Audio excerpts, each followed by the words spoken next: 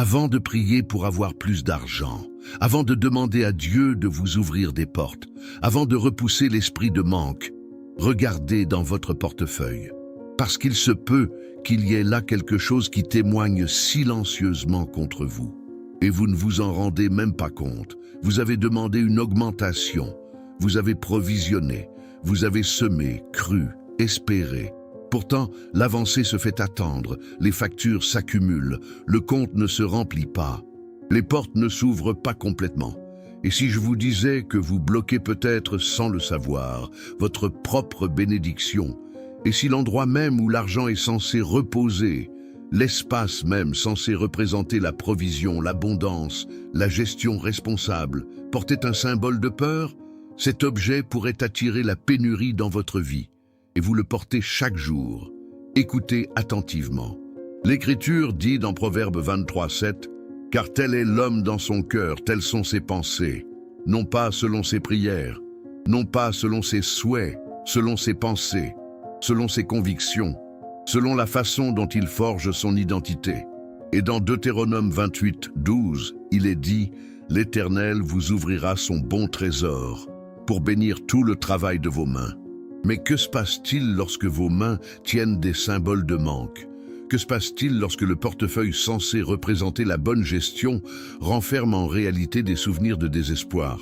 Vous ne l'aviez peut-être pas remarqué auparavant. La plupart des gens ne le remarquent pas, surtout après 50 ans, surtout après des décennies de dur labeur, de sacrifice, d'endurance, de survie.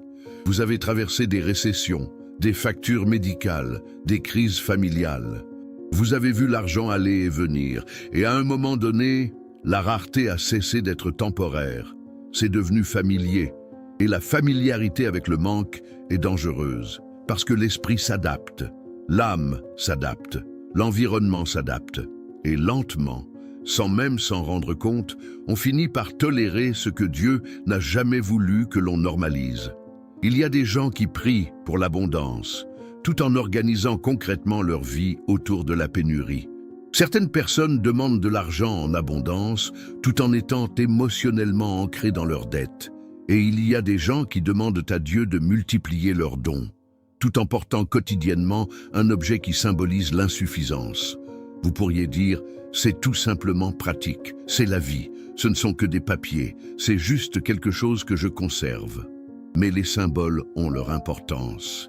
Dans la Bible, les autels, les pierres et les vêtements avaient une importance capitale.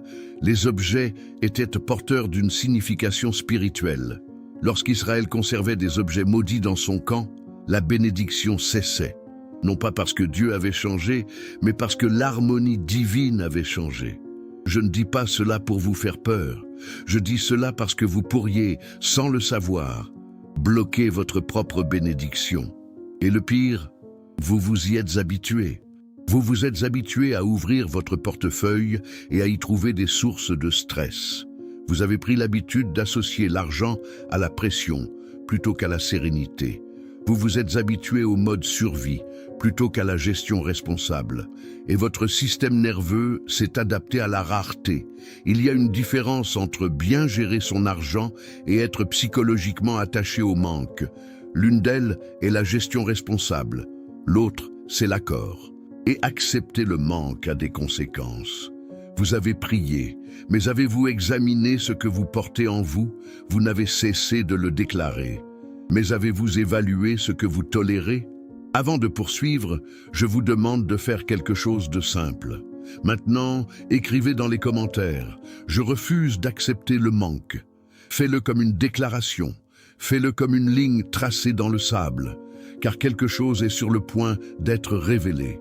Et une fois que tu l'auras vu, tu ne pourras plus l'ignorer. Restez avec moi, car dans un instant, je vais vous montrer ce qui se cache peut-être dans votre portefeuille, et pourquoi le retirer aujourd'hui pourrait changer la donne avant la fin de la semaine. Mais comprenez ceci d'abord, il y a aussi quelque chose que vous n'avez pas fait qui empêche cette disposition, et nous allons aborder ce point. Pas par émotion, pas par superstition, bibliquement. Ce que vous portez et ce que vous n'avez pas fait sont peut-être les deux barrières cachées qui vous empêchent de percer. Regardez à l'intérieur de votre portefeuille. Rien à supprimer pour le moment, juste pour observer. Ouvrez votre portefeuille. Ne vous précipitez pas, ne réfléchissez pas trop. Regardez tout simplement. Quelque part à l'intérieur, caché derrière des cartes d'identité ou pliées entre des compartiments, se trouve peut-être quelque chose que vous avez conservé sans vous poser de questions. Une carte bancaire périmée. Une carte de crédit liée à un prêt dont vous dépendiez autrefois. Une carte liée à une saison où la survie semblait incertaine. Vous vous êtes dit que c'était sans danger, pratique, au cas où. Mais les symboles parlent. Une carte expirée indique un flux interrompu. Elle signifie un accès refusé. Elle représente un élément qui fonctionnait autrefois, mais qui n'a plus d'autorité. Et pourtant, vous l'avez gardé. Vous avez conservé un rappel de limitation à l'endroit même censé contenir les provisions. Vous pourriez dire, ce n'est que du plastique. Non, c'est un accord. Chaque fois que vous ouvrez votre portefeuille et que vous y voyez une carte liée à une dette, à un emprunt d'urgence ou à une situation financière désespérée, votre subconscient reçoit un message. C'est ma sécurité. Ceci est mon plan B. C'est sur cela que je compte quand je n'ai pas assez. Et votre esprit absorbe ce message. On ne peut pas prier pour obtenir la providence divine tout en restant émotionnellement dépendant des situations d'urgence. Cette carte périmée est bien plus qu'un simple morceau de plastique. C'est un souvenir de peur. Cela représente une période où vous aviez le sentiment de manquer de ressources, où vous aviez besoin d'un secours extérieur, où votre confiance s'est déplacée de la providence divine vers un soulagement temporaire. Et maintenant, elle repose dans votre portefeuille, renforçant silencieusement le sentiment de rareté. Rappelez-vous ce que nous avons lu, car tel est son cœur, tels sont ses actes. Votre portefeuille n'est pas qu'un simple espace de rangement, c'est un symbole d'identité financière. Quelle identité portez-vous? Un intendant ou un lutteur? Un réceptacle pour les débordements ou quelqu'un qui se prépare à l'effondrement? Je ne dis pas que le crédit est mauvais, je ne dis pas que les prêts sont un péché.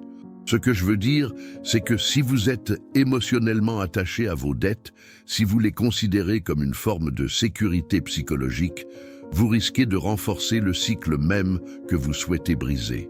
Car l'abondance exige l'harmonie. On ne peut pas déclarer « Le Seigneur est mon pourvoyeur » tout en croyant secrètement « Cette carte est mon véritable plan de secours ». Ce conflit bloque le flux. Et voici ce que la plupart des gens ne prennent jamais en compte. Une carte périmée représente quelque chose de terminé. Pourquoi porter ce qui est fermé en cette période où tu demandes à Dieu d'ouvrir des portes? Pourquoi vous accrocher à ce qui ne fonctionne plus alors que vous priez pour la prospérité? Carte périmée, ancienne carte de crédit, rappel d'emprunt. Elle vous enferme dans un récit d'insuffisance et les récits façonnent les résultats. Si votre portefeuille vous rappelle constamment le manque, votre système nerveux reste en mode survie. Et le mode survie ne se multiplie pas. Cela permet de conserver. Elle craint, elle hésite. Dieu multiplie ce qui est libéré avec foi et non ce qui est retenu par peur. Voilà pourquoi c'est important. Ce n'est pas de la superstition, c'est l'alignement. Vous vous sentez spirituellement bloqué, il dit. Vous vous demandez, pourquoi est-ce si difficile? Pourquoi les progrès semblent-ils si lents? Parfois, le blocage n'est pas au paradis. C'est un accord. Supprimez-le aujourd'hui et observez ce qui se passe avant la fin de la semaine. Pas de la magie. Changement. Lorsque vous retirez cette carte périmée, lorsque vous retirez ce symbole d'emprunt d'urgence, vous affirmez quelque chose. Je refuse de m'identifier au manque. Vous ne niez pas votre passé. Vous refusez d'y ancrer votre avenir. Et quelque chose change lorsque l'identité change. Mais écoutez attentivement. Retirer l'objet n'est que la première étape. Car il y a aussi quelque chose que vous n'avez pas fait qui empêche cette disposition. Et si vous vous contentez de retirer la carte sans vous intéresser à l'alignement spirituel, vous nettoierez la surface mais laisserez la racine du problème. L'objet est l'accord externe, la prière est le réalignement intérieur. Et les deux doivent se produire. Je vais vous montrer dans un instant pourquoi demander de l'argent ne suffit pas. et pourquoi une attitude de prière spécifique brise le cycle mental de la pénurie. Mais d'abord, je veux que vous fassiez quelque chose de concret. Prenez la carte périmée, regardez ça, prenez conscience de la saison qu'elle représente et décidez si cette saison vous définit encore, car la percée commence lorsqu'on cesse d'honorer ce que Dieu a déjà fermé. Maintenant, écoutez attentivement. Retirer une carte périmée n'est pas une question de superstition. Il s'agit d'une séparation psychologique et spirituelle. Vous ne faites pas que jeter du plastique. Vous ne respectez pas l'accord. Car voici une vérité que la plupart des gens n'affrontent jamais. On peut prier pour l'abondance et pourtant s'attendre intérieurement à des difficultés. Vous pouvez déclarer des provisions et vous préparer émotionnellement à une pénurie. Et cette contradiction interne est épuisante. Vous dites vous sentir spirituellement bloqué. Vous dites être las, de ne pas progresser. Vous avez travaillé, vous avez cru, vous avez attendu. Pourtant, vous avez l'impression que quelque chose est au point mort. Cette attente repose souvent sur l'espoir. L'attente est puissante. L'Écriture dit dans Job 3,25 « Car ce que je redoutais le plus m'est arrivé ». La peur exerce une forte attraction. L'accord a du poids. Lorsque vous portez des symboles de peur, vous répétez la peur. Quand on répète sa peur, on la normalise. Et quand on le normalise, on s'y attend inconsciemment. Vous ne le direz peut-être pas à voix haute. Mais au fond de vous, il y a un murmure discret. L'argent s'en va.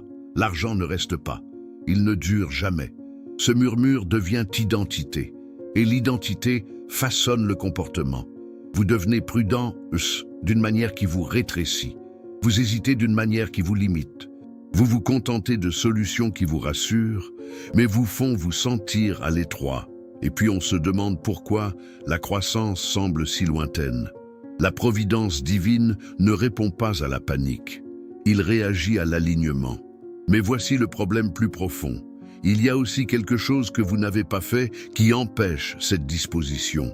Ce n'est pas seulement ce que vous transportez, c'est ce que vous avez évité. Vous avez demandé à Dieu de vous accorder l'abondance. Mais lui, avez-vous déjà demandé de vous débarrasser de cette mentalité de pénurie? Vous avez prié pour que des portes s'ouvrent. Mais avez-vous renoncé à la peur de manquer? Vous avez retiré la carte physiquement. Mais avez-vous rompu l'accord spirituellement? Voilà le deuxième obstacle, et c'est là que s'arrêtent de nombreux croyants. Ils nettoient le portefeuille, mais ils ne purifient jamais le cœur. On ne peut pas espérer une nouvelle saison financière tout en s'accrochant émotionnellement à l'identité de quelqu'un qui survit à peine.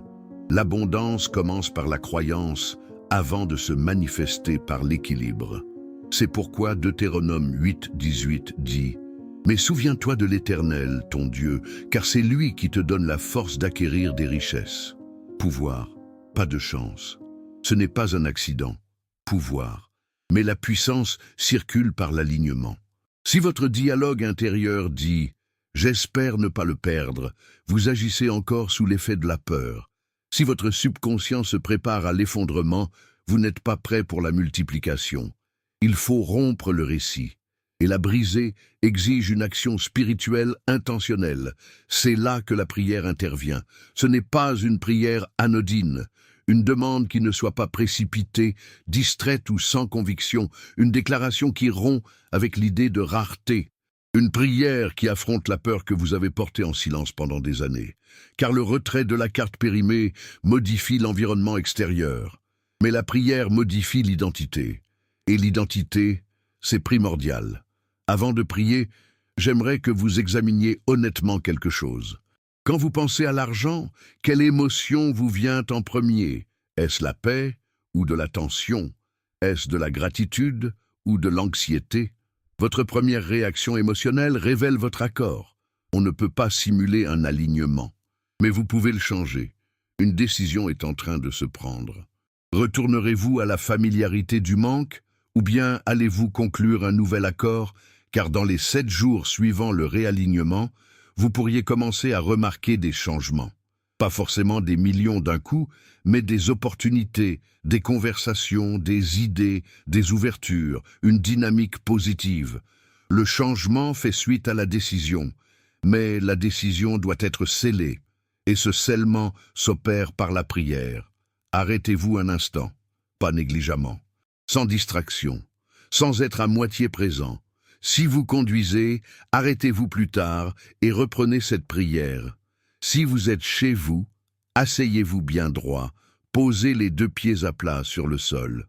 Prenez une profonde inspiration, parce que ce n'est pas une prière habituelle, c'est une ligne rouge à ne pas franchir. Vous avez déjà retiré la carte expirée, vous avez déjà supprimé le symbole. Il vous faut maintenant résilier le contrat. Parlez lentement, parlez-le intentionnellement. Si possible, répétez-le à voix haute. Père céleste, je me présente devant toi, conscient d'avoir peut-être, sans le savoir, consenti à la pénurie. Je reconnais que la peur du manque a façonné mes pensées, mes réactions et même mes attentes. Je me repens d'avoir fait corps avec le manque, je me repens d'avoir normalisé la survie alors que tu avais promis de pourvoir à mes besoins. Je romps tout accord avec l'identité de la lutte. Ta parole dit dans Deutéronome 28:12 que tu ouvres tes bons trésors pour bénir le travail de mes mains. Je reçois cette promesse. Je rejette la croyance que l'argent part et ne revient jamais. Ta parole dit dans 2 Corinthiens 9:8 que tu es capable de faire abonder toute grâce envers moi, afin que possédant tout ce qui me suffit, j'ai de quoi faire toute bonne œuvre. Je m'allie à la suffisance. Je m'allie à l'abondance. Je libère la peur, je libère l'anxiété, je libère l'attente inconsciente de perte. À partir d'aujourd'hui, mon portefeuille ne portera plus les symboles du désespoir. Mon esprit ne ressassera plus de scénarios de pénurie. Mon cœur ne se préparera plus à l'effondrement. Je déclare être un intendant, non un combattant. Je suis aligné, non bloqué. Je suis prêt à assurer la continuité. Esprit Saint, déracine tout accord caché avec le manque. Éloigne de moi le confort de la pénurie. Apprends-moi à penser comme quelqu'un qui ne manque de rien. Je te fais confiance comme source de mon soutien, pas aux cartes de crédit, pas aux prêts d'urgence, pas à l'aide temporaire. Tu es mon pourvoyeur. Je ferme la porte à la peur financière. J'ouvre les mains à la sagesse divine. Je reçois le pouvoir de construire, de faire croître, de gérer et de multiplier. Au nom de Jésus, Amen. Restez immobile un instant après avoir dit cela. Observez ce qui monte. Parfois, une résistance se manifeste. Parfois, le doute murmure, cela ne changera rien. Ce murmure, c'est le vieil accord qui lutte pour la survie. Mais quelque chose a changé. Vous n'avez pas seulement prié pour avoir de l'argent. Vous avez redéfini l'identité. Et l'identité détermine la trajectoire. Au cours des 7 prochains jours, soyez attentifs. Soyez attentifs aux changements subtils, un appel inattendu, une idée qui s'impose, une conversation qui ouvre de nouvelles perspectives, un sentiment de calme remplaçant la tension.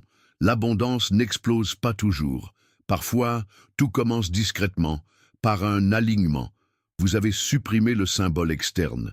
Vous avez enfreint l'accord interne. Mais il y a une autre couche. Car si vous abandonnez cet instant et que vous recommencez à prononcer des paroles de peur, vous reconstruisez ce que vous venez de détruire. Les mots ont leur importance. Les accords sont importants. Il nous faut maintenant aborder la dernière couche. Parce que vous avez retiré la carte, vous avez récité la prière. Mais si votre bouche continue de répéter la peur, vous reconstruisez silencieusement la structure de la pénurie. L'approvisionnement n'est pas seulement bloqué par ce que vous transportez. Cela se confirme par vos propres paroles. Jésus a dit dans Matthieu 12:34, « C'est de l'abondance du cœur que la bouche parle. » Vos paroles révèlent votre accord. Combien de fois avez-vous dit « L'argent disparaît tout simplement. Je ne réussirai probablement jamais à m'en sortir. Il y a toujours quelque chose. Je n'ai pas les moyens. » À chaque fois que je m'approche du but, il se passe quelque chose. Vous pensez peut-être qu'il s'agit d'expressions inoffensives. Ils ne le sont pas. Ce sont des répétitions de la limitation. Chaque fois que vous les prononcez, votre système nerveux se met en mode protection. Votre esprit scrute le risque de perte. Votre corps se prépare à l'impact. Et lorsque vous vous préparez à une perte, Vous adoptez un comportement prudent qui réduit les opportunités. Vous hésitez à investir en vous-même. Vous évitez d'avancer. Vous partez du principe que vous serez rejeté avant même d'essayer. La rareté devient une prophétie autoréalisatrice. Voilà pourquoi la protection de son langage n'est pas un simple discours motivationnel, c'est un alignement spirituel. Si Dieu est votre pourvoyeur, vos paroles doivent refléter la confiance et non la tension. On ne peut pas prier « Seigneur, ouvre les écluses du ciel » et ensuite murmurer toute la semaine « ce n'est jamais assez ». Cette contradiction crée des frictions, l'alignement crée le flux.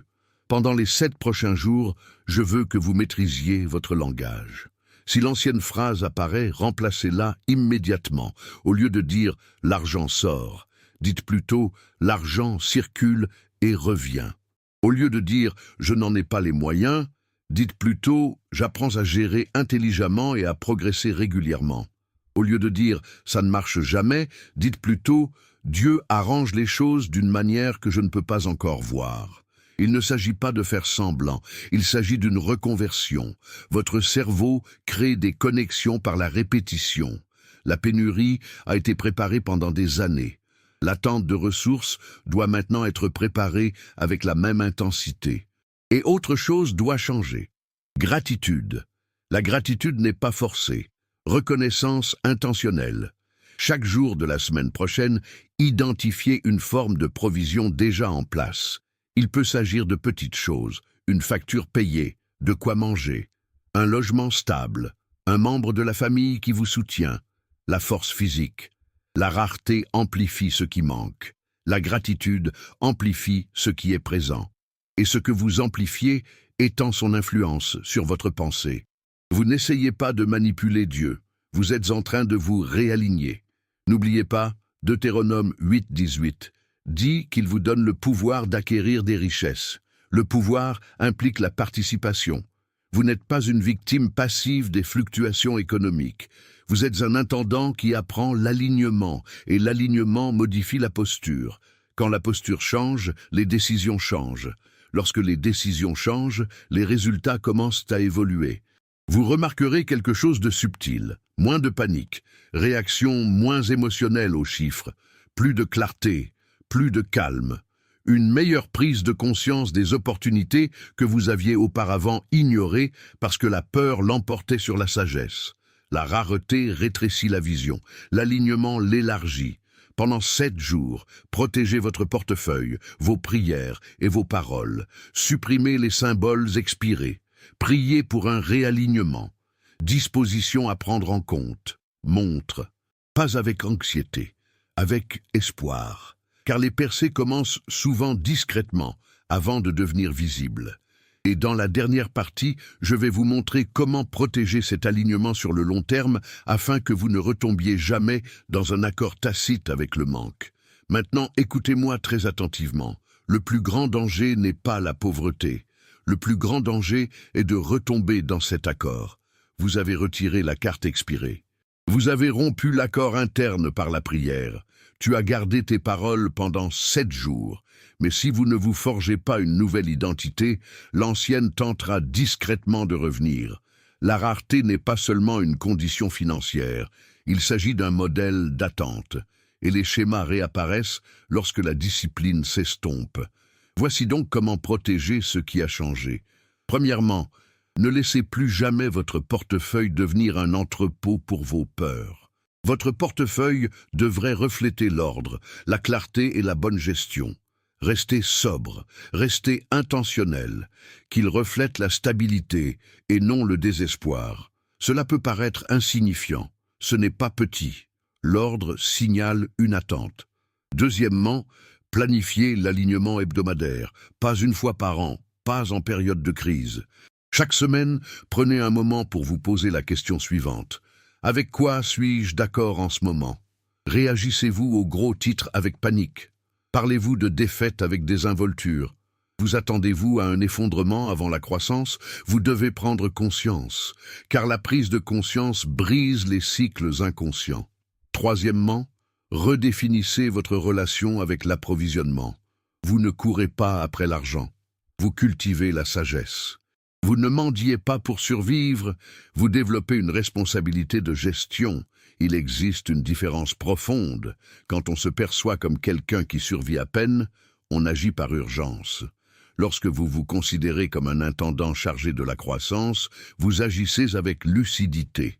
La clarté attire les opportunités, l'urgence la repousse. Le psaume 23 dit « L'Éternel est mon berger, je ne manquerai de rien ». Ce n'est pas de la poésie, c'est ce qu'on appelle le positionnement. Je ne manquerai de rien ne signifie pas que vous n'aurez jamais de factures à payer. Cela signifie que le manque ne vous définit pas. Cela signifie que le désir ne vous domine pas. Cela signifie que vous êtes guidé et non pas conduit par la peur. Et voici quelque chose de puissant. Lorsque votre identité intérieure change, votre posture change. Lorsque votre posture change, vos décisions changent.